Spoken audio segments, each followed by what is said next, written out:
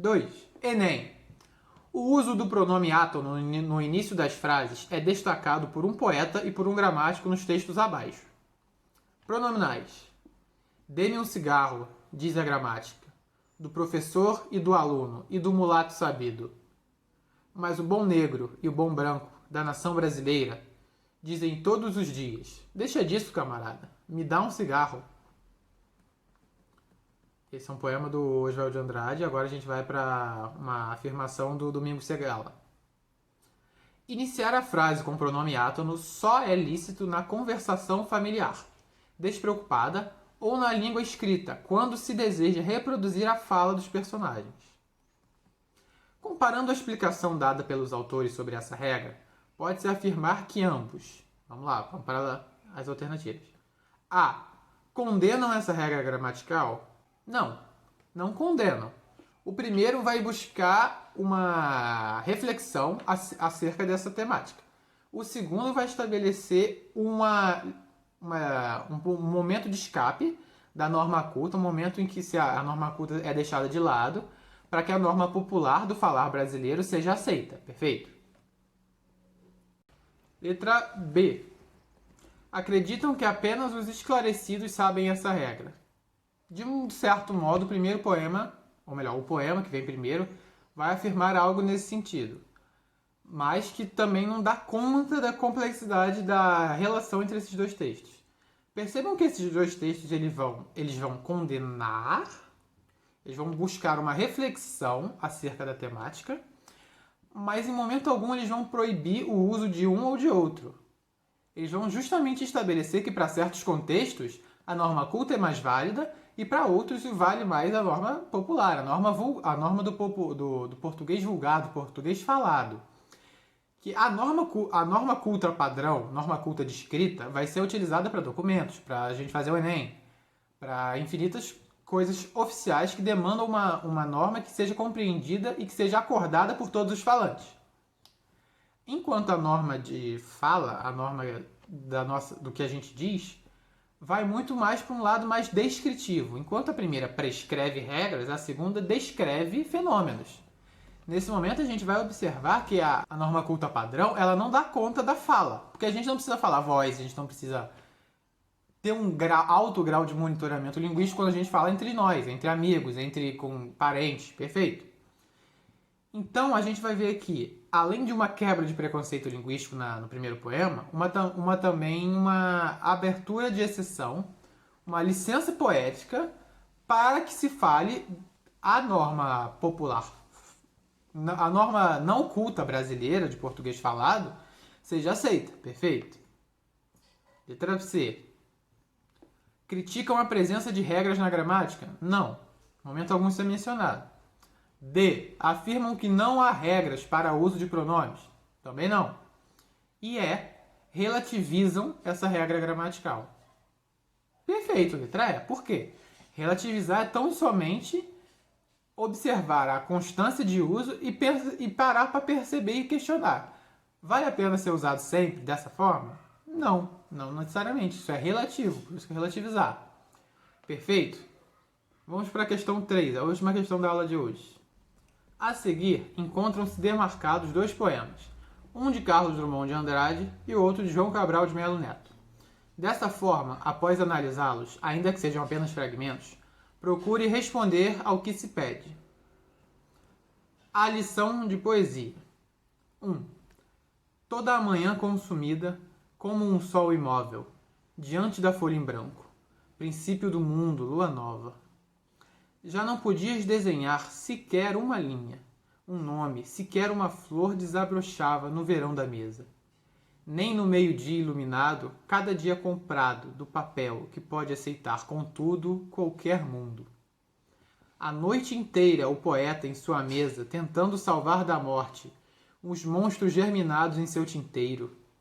A luta branca sobre o papel que o poeta evita, luta branca onde corre o sangue de suas veias de água salgada. João Cabral de Melo Neto. Procura da poesia. Não faças versos sobre acontecimentos. Não há criação nem morte perante a poesia. Diante dela, a vida é um sol estático. não aquece nem ilumina. As afinidades, os aniversários, os incidentes pessoais não contam. Não faças poesia com corpo, esse excelente, completo e confortável corpo, tão infenso à efusão lírica. Tua gota de bile, tua careta de gozo ou dor no escuro são indiferentes. Não me reveles teus sentimentos, que se prevalecem de equívoco e tentam a longa viagem. O que pensas e sentes, isso ainda não é poesia. Não cantes tua cidade, deixe-a em paz. O canto não é o movimento das máquinas, nem o segredo das casas. Não é música ouvida de passagem, rumor do mar nas ruas, junto à linha de espuma. Carlos Drummond de Andrade. Há alguma relação de semelhança entre os discursos ora produzidos? Se sim, comente. Bom, tanto no primeiro quanto no segundo são poemas modernistas, né? Um primeiro da terceira geração, o segundo da segunda. E a gente estabelece desde o princípio nessa leitura um lugar de trabalho, um lugar da poesia. O que seria poesia nesse momento? O que seria poesia para esses autores? Tanto o João Cabral de Melo Neto como o Drummond vão estabelecer que a poesia ela não se dá sozinha. A poesia não acontece independente da vontade do poeta. A poesia é tudo o que eles falavam, a cidade, os amores, o corpo, as sensações, as impressões, que servem de inspiração e que passam pelo trabalhoso, pelo laborioso processo da escrita poética para aí sim se tornarem-se poesia. Ambos os textos, ambas as referências que eles trazem para dentro do poema são de conotações bastante peculiares, porque Drummond vai falar que não cante sua cidade, só que ele tem um poema justamente sobre Itabira, que é a cidade onde ele nasceu. Mas essa é a graça da coisa, esse é o sarcasmo que Drummond propõe. Poesia, o cantar poético, o declamar da poesia, sobretudo nesse momento da terceira geração modernista, já indo para a quarta, na verdade da segunda já indo para a terceira, estou ficando maluco, é um momento de bastante confluência, de bastante divulgação e de bastante consolidação da nossa literatura. Nossa literatura já há algum tempo já não tem mais notas de colônia, não tem mais notas de Reino Unido, por exemplo, nem de nada que o valha. Já falamos de um período republicano, de um período com ditadura, de um período com próximo das guerras mundiais. Então já é um momento de bastante vivência da humanidade e de alguma globalização bastante conhecida pelo meio literário. Bastante dialogar, que serve de muito diálogo entre o mundo e a literatura, os contextos que o poeta observa no planeta de um modo geral. Basicamente, tem alguma relação de semelhança entre os discursos ora produzidos, voltando para o enunciado? Sim. Vocês concordam comigo? Tem uma nota de instrução, uma metalinguagem de um poema ensinando a escrever um poema. Tem uma abordagem, tem um conselho e tem uma narração.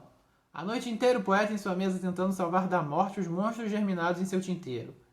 A luta branca sobre o papel que o poeta evita, luta branca onde corre o sangue de suas veias de água salgada. O que João Cabral de Melo Neto pode estar querendo dizer aqui? Bom, o que ele afirma é que os monstros moram no tinteiro, que é onde se molha a caneta. Para escrever, obviamente. O fazer poético, o fazer poesia, o ato de fazê-la, é que é o tema central, é o mote central desses dois poemas, dessas duas poesias. Em ambos os textos eles vão estabelecer características e sugestões, instruções e recomendações também do como fazer o poema, como não fazer também o poema. Perfeito? Há esse diálogo dentro do texto que mostra uma ousadia, uma experimentação que é justamente poetas falando sobre como fazer poesia. Não é uma poesia sobre amor, sobre o belo, sobre traição, sobre não sei quem, amado, nada disso. São poesias sobre fazer poesia. É um momento da nossa literatura que a gente pode se dar ao luxo, a gente não, porque a gente não estava lá escrevendo, mas eles se deram ao luxo de escrever sobre o que eles quisessem. E faziam poesia, não era só escrever qualquer coisa. Era escrita poética de altíssima qualidade. Perfeito? Bom, nossa revisão termina por aqui. Qualquer dúvida ou qualquer sugestão pode ser mandada lá no formulário. Caso já tenham preenchido e queiram preencher de novo, trazendo outras coisas, fiquem à vontade. Eu vou deixar o formulário agora aberto com todo o nosso conteúdo do ano inteiro, para que vocês vão, à medida que vocês forem estudando, atualizando ele. Gostaria de agradecer pela atenção, pelas participações no formulário. Embora tenham sido um pouco menos do que nos outros períodos, eu tive algumas participações bastante criativas. Vocês que participaram, obrigado. São vocês mesmos que estão me ouvindo. Vocês sabem quem vocês são. E gostaria de introduzir aqui os nossos próximos assuntos. Teremos posteriormente, talvez daqui a uma semana ou duas, não sei exatamente, uma aula sobre os diálogos que a literatura faz com as artes, tanto no Brasil como no mundo, porque cai no vestibular, é importante e tem muito a ver com a nossa disciplina, uma vez que as vanguardas e as tendências artísticas acompanham em todas as artes, tanto nas plásticas como nas escritas. Gostaria também de deixar claro que, além das aulas de artes, do novo formulário, deixarei mais complementos escritos, conforme foi solicitado no formulário, além da indicação que eu estou fazendo pelas apostilas do PVS. E também vou encaminhar ao longo do próximo mês um material para que vocês se sintam mais introduzidos na escrita mesmo. Escrita artística, escrita laboral, escrita de trabalho, de escrita de prova, escrita de norma culta. Qualquer tipo de escrita que vocês sintam vontade de se iniciar ou de se aprofundar, eu vou buscar algum tipo de material, algum tipo de aconselhamento que possa ajudá-los nesse momento, que possa introduzi-los não somente para vestibular, mas também por um fazer da escrita, porque a gente lê muito, a gente fala muito sobre, a gente lê muito sobre, mas a gente pouco faz, né? No nosso curso. Não no curso PVS, mas no ensino médio de modo geral. Perfeito? Gostaria de, então, reiterar meus agradecimentos, reiterar meus votos de saúde e segurança para todos vocês. Nos vemos na semana que vem. Tchau, tchau.